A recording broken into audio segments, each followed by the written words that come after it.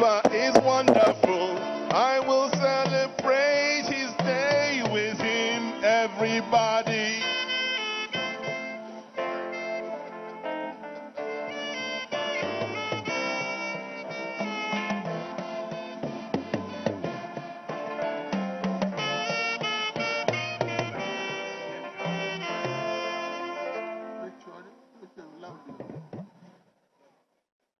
Please take your seats. This is the day the Lord has made, and you are witnesses to the events of today, to be part of history, recorded one, and the history to be written in the future. I stand on the existing protocol, but permit me to especially thank a number of people, even though I'm thanking everybody generally. I'm in particular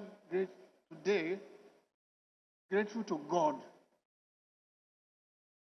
who has made it possible for me to traverse the universe. I've gone around the world. I knew what poverty was. I conquered poverty. And through God, I've invested in education, because education is power. Without the power of education, I won't be what I am today. When I studied privately and obtained the BS Economics of London University privately, I had the opportunity to serve in civil service. At that time, the white men were the permanent secretaries in Western region. He called me into his office. He said, the land that you passed the BS Economics of London University at home. At that time, there was no economics in the university. The only university we had, which was University of Ibadan. I said, yes. And I gave him my result. I said, congratulations. We are going to promote you to the position of Senior Assistant Secretary, which at that time was equivalent to that of district officers, manned usually by white men alone. My answer was, no, sir. I said, why? I want to study law. The man looked at me. But to study privately for the first degree, yes. Want to start all over again? Yes. I said, good luck to you. But if you pass your LLB and BL and come to the civil service for employment, we won't employ you again because you have signed once. So don't worry, sir. I will never come back to the civil service. That's how I left. And privately, I studied for my law degree of London University and with honors. Today we have representatives of London University here. Please stand up for recognition. Representatives of London University, stand up for recognition. Please give them a round of applause. That's not loud enough, please.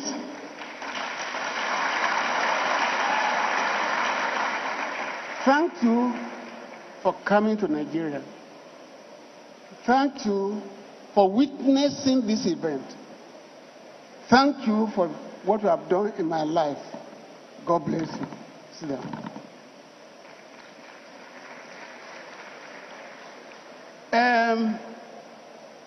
I have with me here a man who made it possible for me to take interest in establishing a university.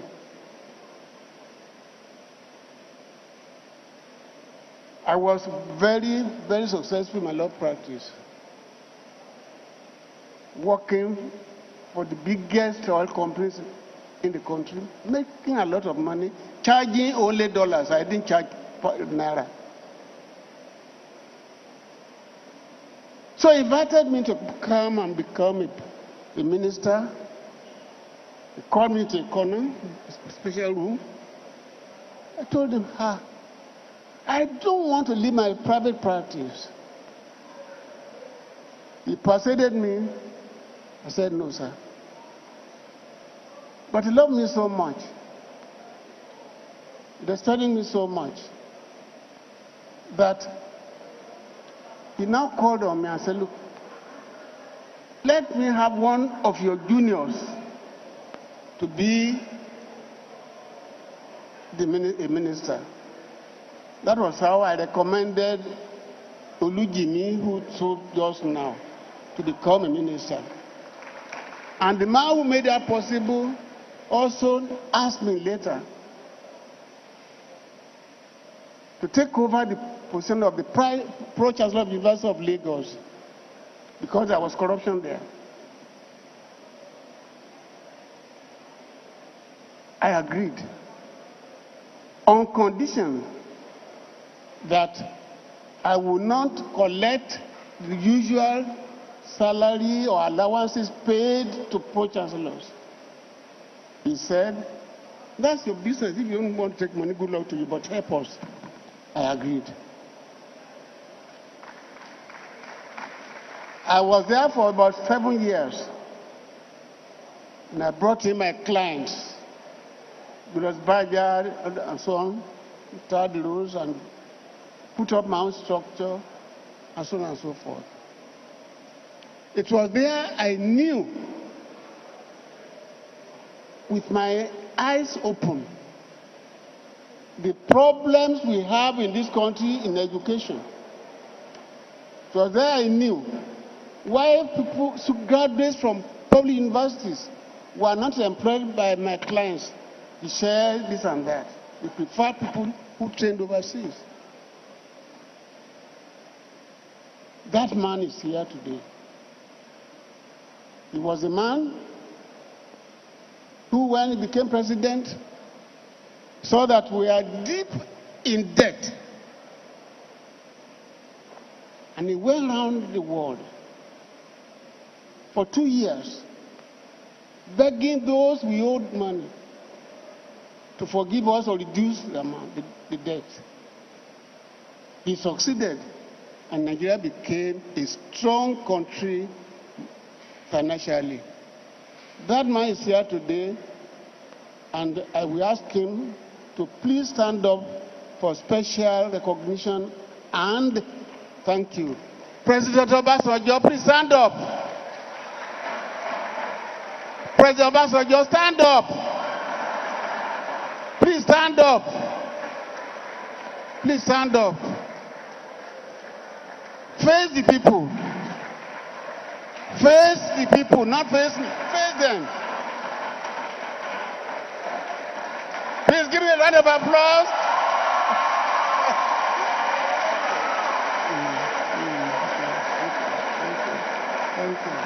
Thank you. God bless. God bless you, sir. You can go back to your seat.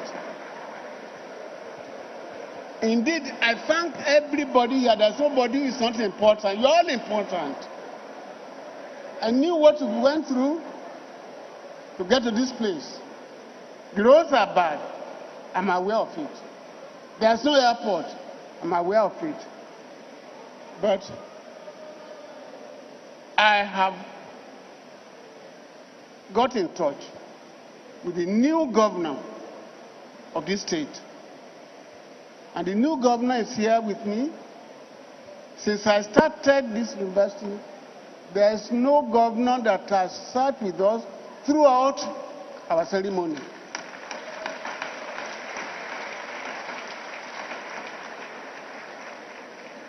Please stand up for recognition, sir.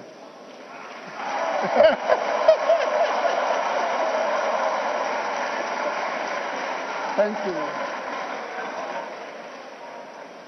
You saw him when he said, I'm his father.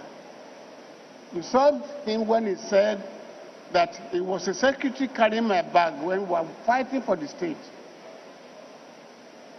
Apparently, he too is not happy with the state of the economy of the state.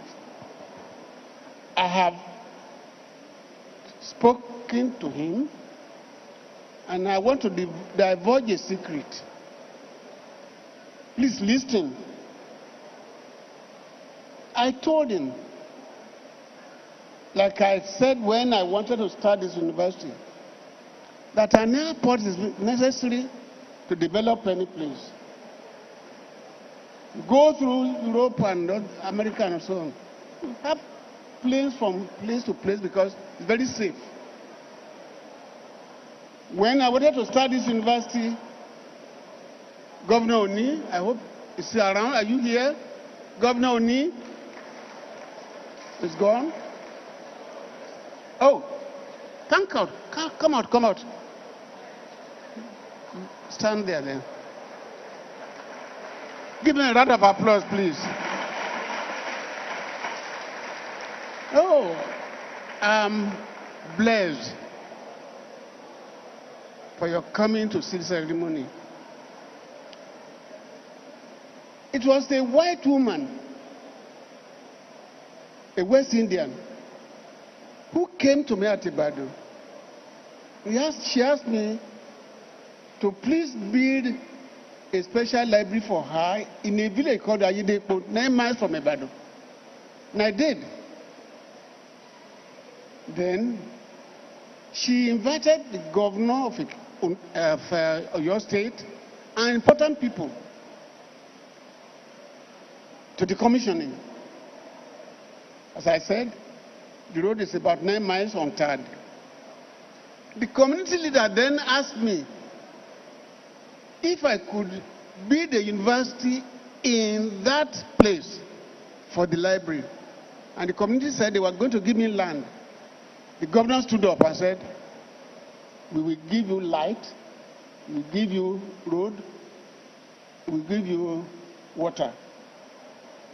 The following day, this newspaper in Nigeria carried the news. Babalola University will start at Ayidepo next year. He was the governor of the state then. He saw the newspapers. He bought them, rushed to Ibadan. Oga, he said, yes. You want to build a university in Ibadan? I told him the facts. Even though he was governor, he prostrated. He said, sir, please bring it to advocacy. I said, will you be able to comply with the conditions given to me by the governor? Road, water, electricity. Of course, there was airport at Badon. He said yes. He left. I didn't want to do it. Then he went to His Royal Highness, the way of advocacy, I think he's still there too, to appeal to him to beg me. They all came to Ibadan again. They repeated the same request. I said I had, but I didn't consent. Then they went to my mother. It was too much for me. I agreed to bring this university to this place because of this man and because of this. Not done. He went to President Jonathan, who was then the president of this country, and told him he needed an airport in Ado-Ekiti. The president agreed, but he said he was going to create 4 airports. One in his hometown, one in Ado-Ekiti, one in Rivers, and one in the north. Ladies and gentlemen, all the other 3 are working today. What happened to the one promised to Ado-Ekiti? The president immediately released about 680 million to start the airport here. Unfortunately, had an election petition filed against him by Dr. Fayemi, and the result came out, he lost. that I want to cover. That new governor now said, airport is not my priority. And that's how we lost that chance. Please give me a round of applause for everything. Thank you. That is why up to today, you can go to your seat. We still do not have an airport. But in view of my new governor, who is here, and what I told him, Your Excellency, President Obasanjo, you are listening to me. I've decided to support the government financially to ensure that the airport, which was half done, will be operational within the next few months by the grace of God.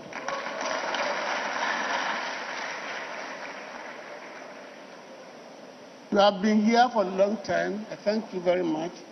I have a speech that I'm not going to deliver in a speech anymore, except to say that this country is not the same country when I studied law and when I came back and practiced law.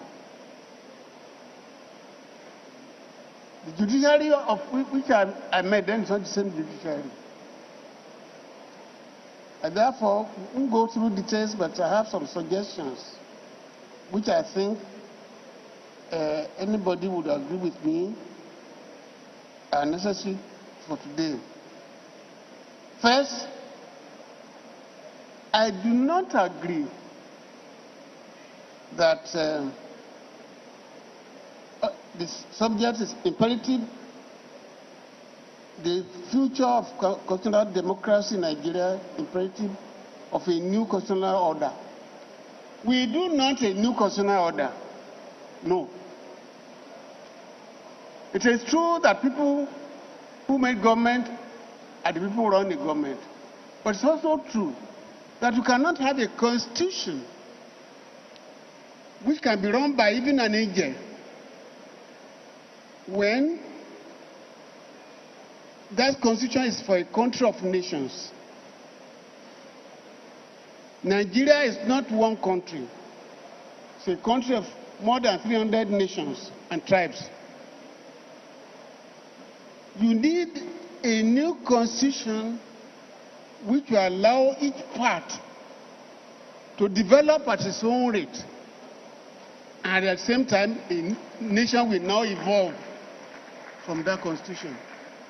If a Niger comes to this country today, it cannot run this country well because of the constitution we have, which allows certain nations to rule the country. It's not possible. So my own suggestion is that we need a new constitution immediately, and that constitution must be similar to the one which the leaders, in their own wisdom, after 10 years of deliberation in London, agreed to, which was a true federal constitution with regional bias. When Western region had its own embassy in London, its own constitution, Eastern region had its own constitution, there's embassy in London, the same thing in North. We were developing well. Western region was doing very well, but for the military intervention, we were caught up with England today.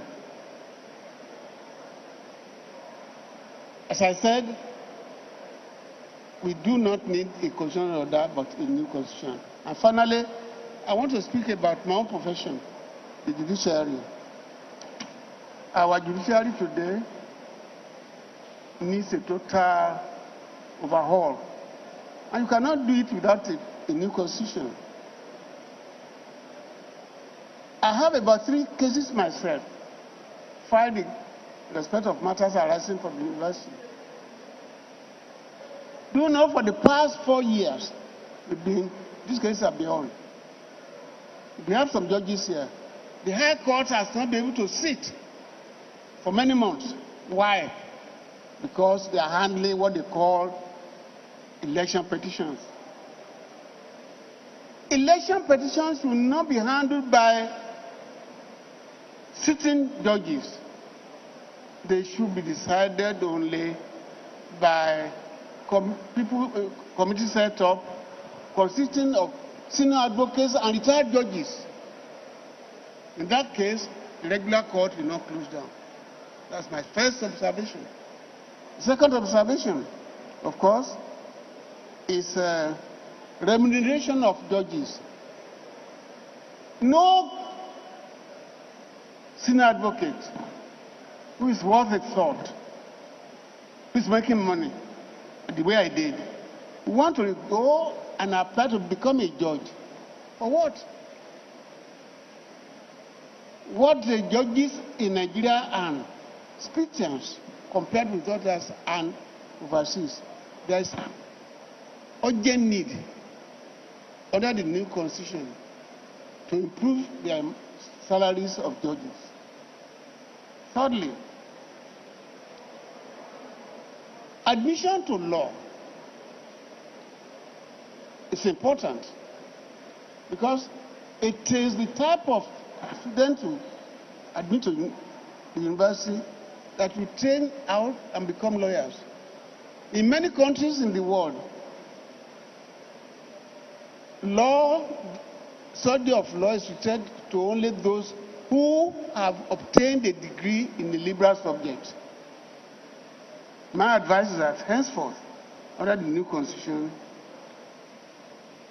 in the case of law degrees, nobody should be allowed to study law in any university unless he has a degree in a liberal subject.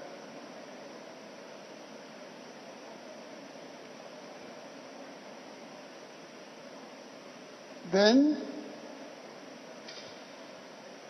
in this country today, if you have a case in Supreme Court, they last you 8 years before you get judgment. High Court, even more. In the case of Supreme Court, we should adopt what we were doing before. The Supreme Court used to go around the regions. And I will also suggest that the same thing should be done by the Supreme Court now. When they go around, every month they go around or whatever, they will clear all the backlog cases. But right now, litigants are totally dissatisfied with our court system. And this is one of the causes of poverty among lawyers now. Law profession is not one for beggars. It's not a profession for wretched people. What attracted me to law was the fact that the lawyers at that time were the people who were riding the best cars, were most dignified people, and when you saw a lawyer, you would off your heart for him. I'm proud of law, but we need to do a lot of reform in our law system. Once more, let me tell you, we have food ready for you. And in the evening, by the grace of God, at about 7:30, we will have on the bandstand here the most illustrious, the most resourceful singer and player. I want to come and join us. We will dance to appreciate what God has done for me and for you. God bless you all. Safe journey back home. And before I leave, I hope you appreciate me. Nigeria is big, it can be great. Don't do so. Jẹ́ ká sowọ́pọ̀. Olúwa dá bàbá sí fún wa. Olúwa dá bàbá sí fún wa. Bàbá o, bàbá o, bàbá o.